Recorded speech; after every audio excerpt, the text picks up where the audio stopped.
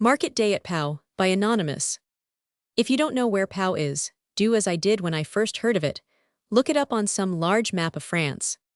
Down in the southeast corner, at the mouth of the Adour River, you will see the city from which the bayonet is said to have received its name.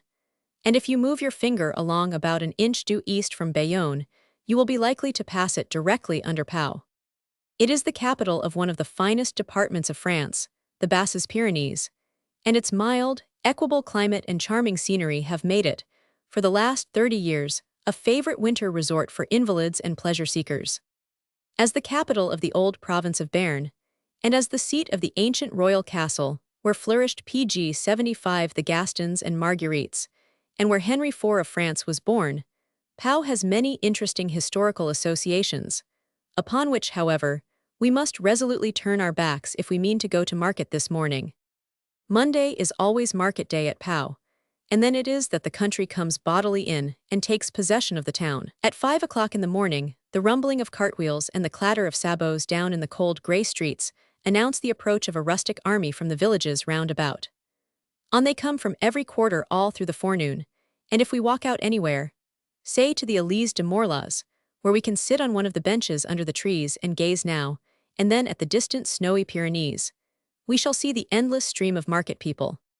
The men wear round woolen caps without visors, called the beret, a short frock, usually of some coarse cotton material, which is gathered so much about the neck as not to improve their stumpy figures, and huge wooden shoes that rattle and thump along the pavements, bringing with them on rainy days an incredible quantity of country mud.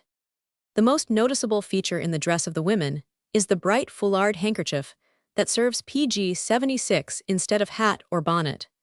It is arranged according to the taste and age of the wearer, and is capable of producing a wide range of effects. The guidebook assures us that the paysans walk barefoot on the country roads, but upon approaching the town, they cover their way-worn feet with the cherished shoes and stockings that have thus been spared from wear and tear. PG 77. On a cold spring morning, we saw a company of women descending a hill at Lourdes with enormous bundles of wood on their heads. As we were pitying the bare feet that went toiling down the steep way, we suddenly spied their shoes dangling from the faggots where they had considerately placed them, to be out of harm. The strength of these little peasant women is wonderful.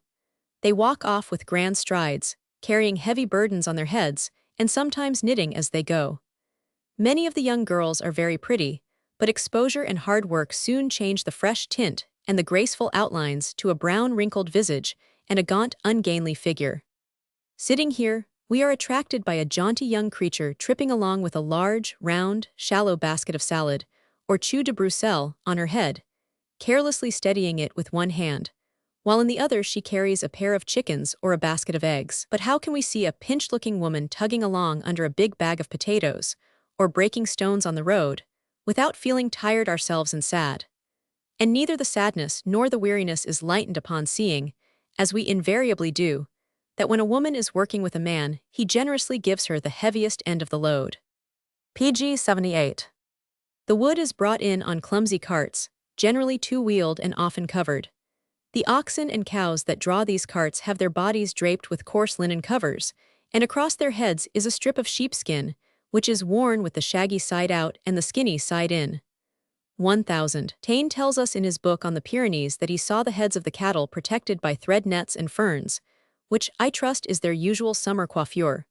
For in a country where, in winter, gentlemen carry parasols and wear large white streamers depending from their hats, to protect the head and back of the neck from the too ardent rays of the sun, even the patient ox might PG 79 complain of the unfitness of a head-dress of sheepskin. The driver of the ox team is armed with a long stick, at the end of which is an iron goad.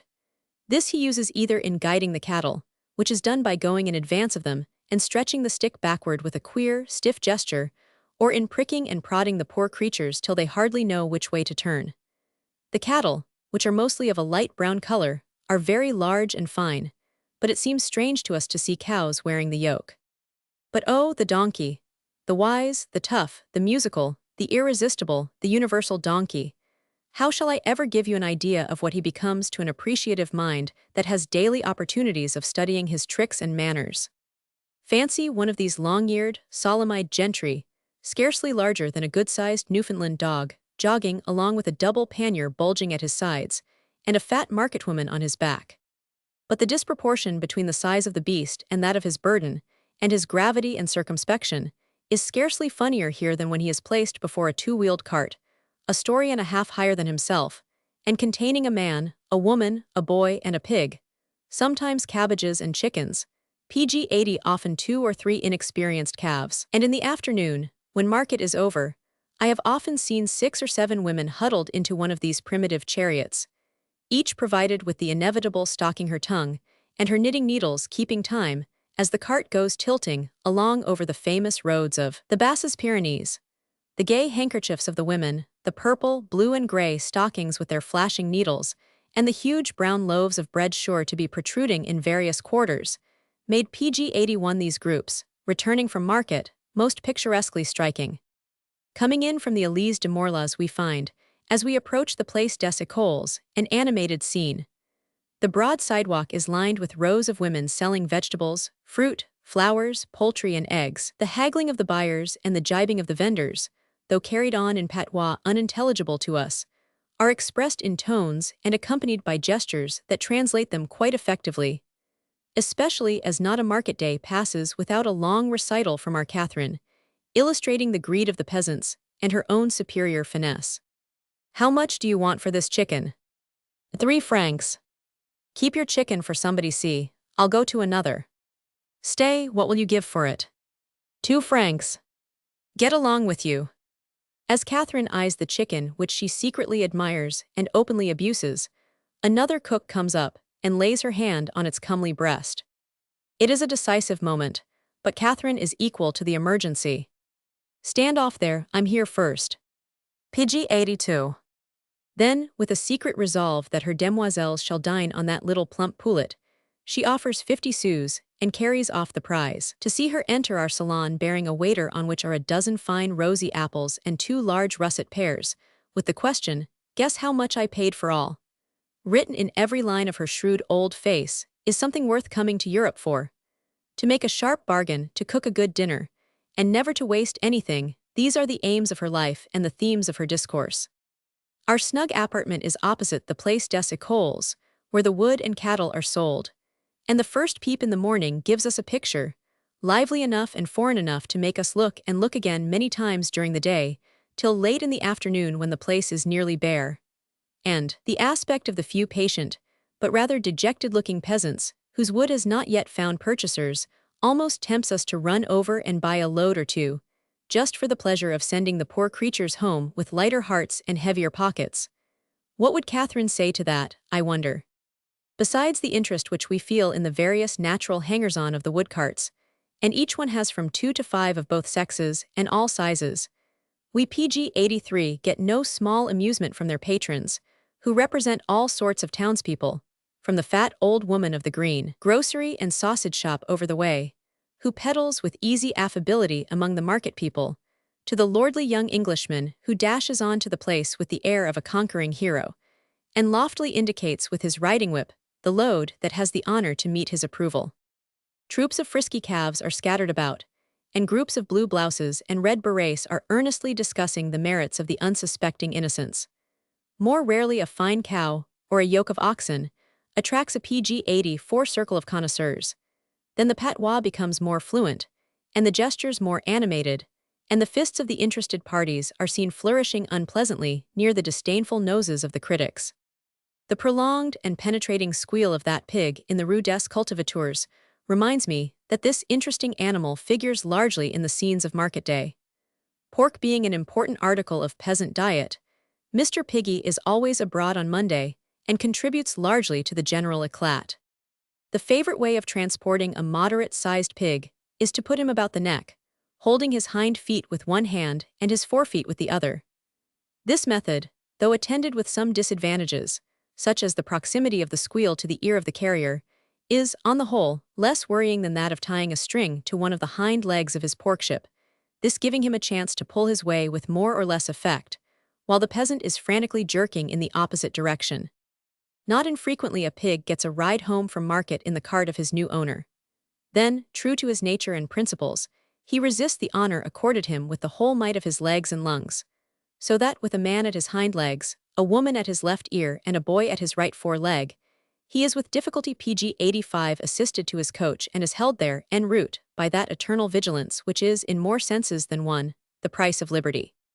On the Rue Port Neuve and near the Halle Neuve in the center of the town, the vendors of agricultural implements, kitchen hardware, locks and keys, second-hand books, handkerchiefs, collars, cuffs, hats, bracelets, rings, baskets, brooms, bottles, mousetraps, and other miscellaneous articles display their goods, and a sudden shower makes bad work in this busy community.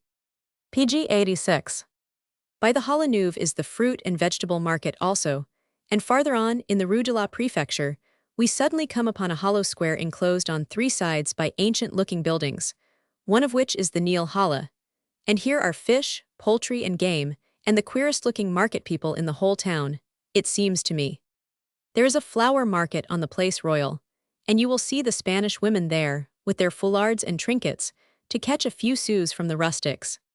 We cannot confine our interest to the market folk, however, for everybody is more or less picturesque in this strange land, and we are never tired of saying, see here, and see there. Sometimes it is a gray-haired spinner with her ancient distaff that attracts our notice, as she sits in a sunny doorway or totters along the sidewalk.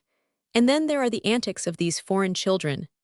Béarnese boys are as fond of standing on their heads as their American brethren are, but their large and heavy sabots are a great inconvenience.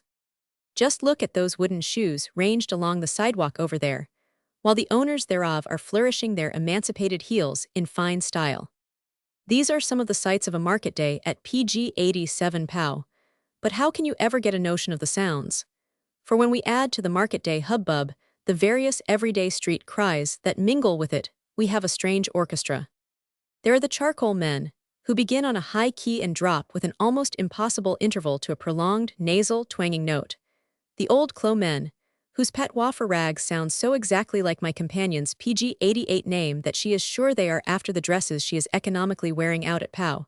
The chimney sweeps, the jaunty women, whose cream cheese rolled in what looks like onion tops, the roasted chestnut women whose shrill tucao, patois for tout show, suggests piping hot chestnuts in bursting shells, and the crockery and earthen men who push their wares before them in long shallow box carts, and give, in a sustained recitative, the whole catalogue of delf and pottery. In the afternoon, when the noise and stir are subsiding, we hear a few notes, often repeated, from what I should like to call a shepherd's pipe. Only the instrument in question is not in the least like one, but resembles more one of those little musical toys with a row of holes cut along one side, upon which our children at home are so fond of performing. However, our shepherd contrives to produce a pastoral effect with his simple strain, and we favor the illusion of the pipe by only listening to him, while we look at his pretty goats with long, silky black hair. He leads them through the town twice a day, and at the sound of his call those who wish goat's milk send out their glasses and get it warm from a goat milked at the door. As his last faint notes die out in the distance, the rosy light fades from the peaks of the Pyrenees. The sun has set, and market day is over. PG 89.